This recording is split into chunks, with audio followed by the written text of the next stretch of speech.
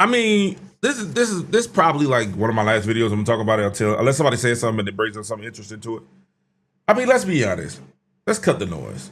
A lot of content creators is talking and doing stuff like they kind of being. I understand it, but then at the same time, I'm like, some of y'all really didn't do y'all research. Y'all was just ready to make content. Y'all was ready to jump off the bridge and say something was wrong, not understanding that it was making yourself look like hypocrites. I mean, we really cut through the noise. AI, the latest iterations of AI music, the audios, the Sunos, and all the things of that, it's not the first. It's just the loudest. The Timberland thing is just brought it to the forefront. People are crying about AI music now, but AI's been learning from and remixing music long before Suno hit the mainstream. I mean, Magic Music Maker was using AI way back in the day.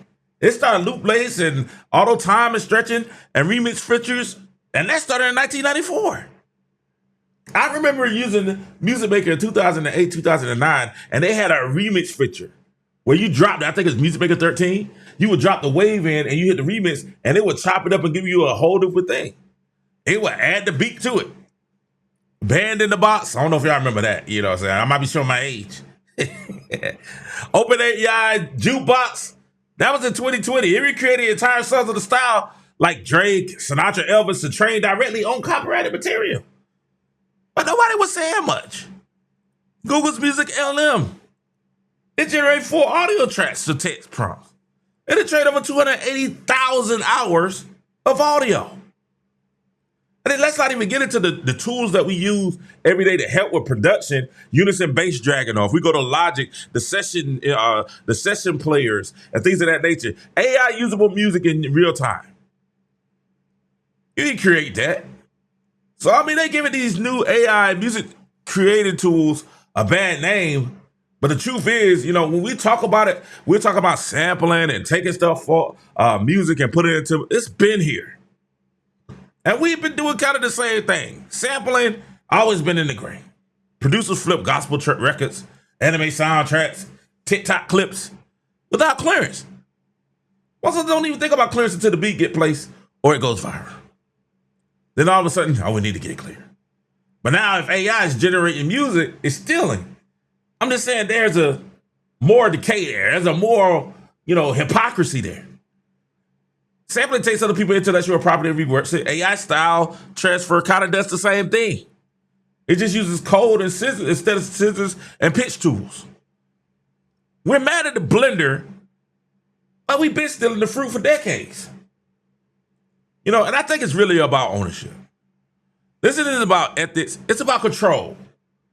What these AI companies are starting to do is it removes the gate. It allows the creator to make radio-ready songs without label, studio, or permission, or either other artists. And that scares people, especially people who's built their own career over being the middleman. And for producers and creators, this is actually great because it puts a lot of the things that you need and tools that you need at your fingertips. That's why I'm so pro for it. But if you don't want to use it, you don't have to.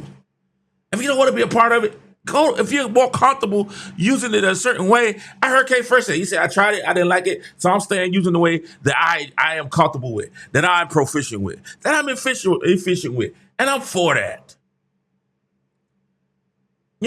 But we got to stop talking like this is something that just Timberland is doing. The industry been doing this. We were all outraged because of what Timberland symbolized. The TaTa being signed to Stage Zero, what it symbolized. But Warner Music signed Noonoouri. FN Meka was signed to Capitol. Those are majors. Let's not forget the deep fake Drake track, Heart on My Sleeve, was submitted for a Grammy and was actually up for the nomination until they passed the rule off a technicality, say they couldn't make it. The Beatles' AI-assisted Song Now and Then won Best Rock Performance at the Grammys. So it's not like it's not been here. It's still been here, guys. It's always been here. The industry already is in bed with AI. We're just catching up. And some are mad just because someone outside the system got to it before they did. And I just think, man, like content creators, we got to be better. That's my community. Let me speak to my community. We got to be better. We all use AI every day. From our thumbnails, we'll go to Canva and take someone else's template and take that stuff out, put our stuff in. Take that picture out and put our picture in and put our little graphics in there. You know what I'm saying? To using certain, especially the music,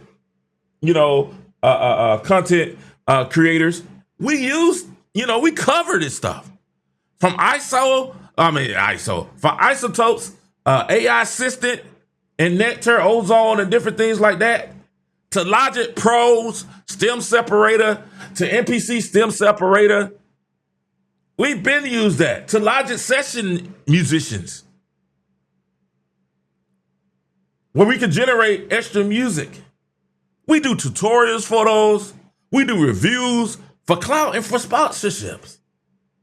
So let's not pretend now that AI has crossed some line. If anything, we're benefiting off the same tech we're criticizing. So we have to do our research. We have to be fair and not just jump on the bandwagon to bully for views. This ain't about AI versus human. It's about who's allowed to win. And let's be honest, the AI doesn't work unless human pushes. The machine doesn't run unless the human turns it on.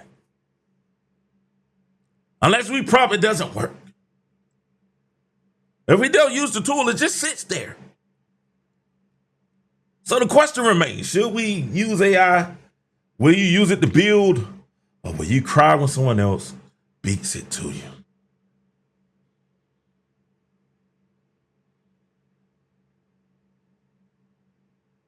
Will we use it to build, or will you cry when someone else beats you to it?